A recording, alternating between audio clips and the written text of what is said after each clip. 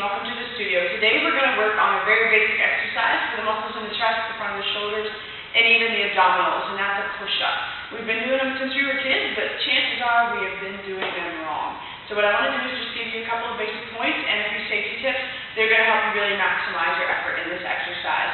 The first is your hand width. Okay, I'm going to turn my mat. If you have a fitness mat at home, perfect. If not, a large hand towel would suffice for you to give a little bit of a gauge. Now, most people, when they do push-ups, they tend to have their hands too narrow. So this is what their push-up looks like. This elbow outside the wrist, not a good thing. But look what happens if I move my hand outside my mat or my hand towel. You see how my elbow is directly above my wrist? That's what you're after. That being said, I'm going to turn my mat back. I'm going to show you a few ways to make this happen. One is an on-your-toe push-up, right? So this would be the most difficult unless you want to do some crazy one-leg thing.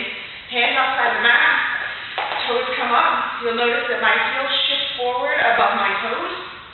Belly's pulled in. That's why it's an ab exercise. You drop the knees. You have a little less intense. You pull these forward a little, and you have a little less intense still. So you've got three great options there to work through some intensity.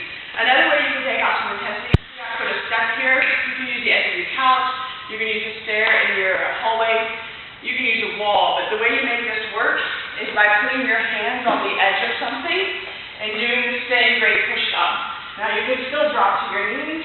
The bottom line is, I want you to find a way that makes it work for you. Make sure elbow is above wrist, and make sure you're not going below 90 degrees. You don't have to tap your chest to the floor or anything crazy like that.